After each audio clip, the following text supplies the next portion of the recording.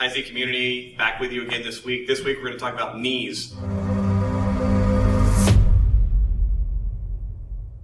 I've been getting a lot of questions recently from athletes saying, hey man, I've been doing a lot of stuff for my knees. I've been doing all of your closed chain knee circles, etc. They make my knees feel great and they feel safe. What's the next step? So here's what we're going to show you, which is the next step. If you don't know this, we actually do a tremendous amount of band work in Z Health because we're already doing a lot of mobility stuff. But what we tell people is that once we've gotten good at moving our knees, moving the rest of our body, we want to add some load to it. Now, we have a product called the Strength Gym, which is a full body training session that takes you through how to use bands to do everything in Z. But what I want to focus on today is just knees. Knees we see all the time. Kids, adults coming in, they were out playing soccer, playing basketball, whatever, get some kind of crazy knee injury. And then we want to help them in the rehab process. The thing that we always tell them is that, listen, a lot of the advice that we've been given traditionally in the gym is kind of wrong. Because we always tell people in the gym setting, hey, if you're doing a squat, you want to make sure that your knees don't go past your toes and a lot of things like that. That's kind of true, but mostly not. Because in the real world, our knees are constantly deviating in and deviating out and going forward and going back. And if we never practice doing those things safely and intelligently, we're going to set the stage for an injury to occur. So in Z, we just say, hey, what actually happens? How can we prepare well for it?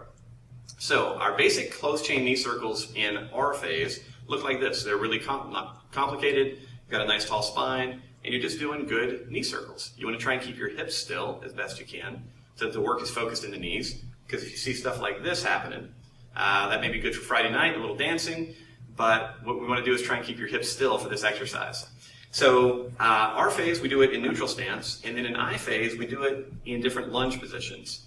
Now, in different lunge positions, you can do knee circles with one knee, or another knee, or both knees at the same time.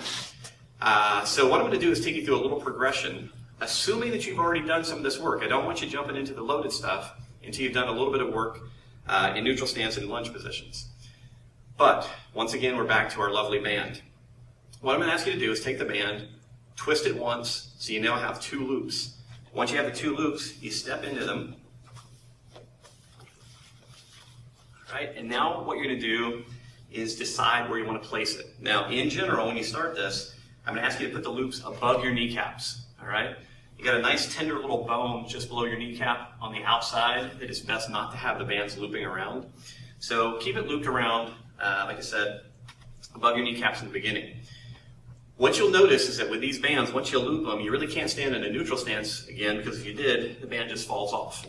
So in general, what we're going to do with these is we're going to step immediately into I phase lunge positions. So we're going to get nice and tall. We're going to step forward into an anterior lunge position. And notice that I'm trying to get both my feet facing straight ahead. Nice tall spine, pelvis is controlled.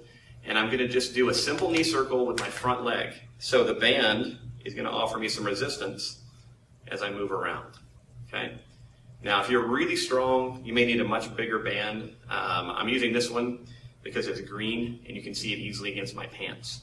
Normally for these, I use a much wider band, but when you're first starting out, you may want to use these smaller ones just to get used to the idea of this kind of resisted movement. Now, what I love about this, like I said, is this particular exercise makes my leg and brain learn how to decelerate and control my knee as it's moving to the inside, because that's what the band's pulling. This is a typical position that many people injure their meniscus and ACL in. So being able to decelerate against resistance is awesome. All right, it's a great tool. So you're going to do 5 to 10 repetitions of circles in each direction in an anterior lunge, and then a lateral lunge. All right, so anterior and then lateral. So once again, that band's giving me some nice resistance, moving medially. Gives me a lot of feedback as far as the smoothness of my circle, but also the control. What I want to be very aware of is if there's an area where I can't control it, I may need to decrease the resistance on the band and build strength there. Now, once you've done 5 to 10 repetitions in each side on each leg, or in each lunge position with each leg, if you feel like doing a little bit more work and you have the time, go back and repeat those same positions, only now take that front leg, turn the toes in for a set of 5, and then repeat it with the toes out for a set of 5. Every time you change the foot position, the intensity of the exercise changes for the leg.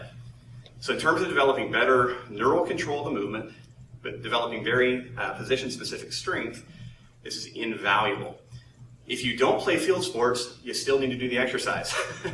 Because you're working in the yard, you're running across the street, you're playing with your grandkids, it's still very, very possible for your knee to go someplace that maybe you didn't plan for it to go. You want to make sure that you have the strength control there.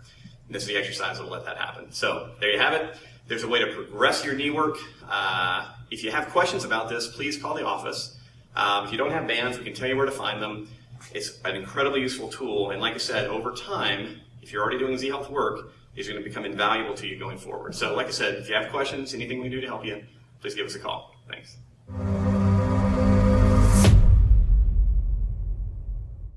Today we want to look at let's try that again. 3. Sprains, Achilles tendonitis from one of our, start that again.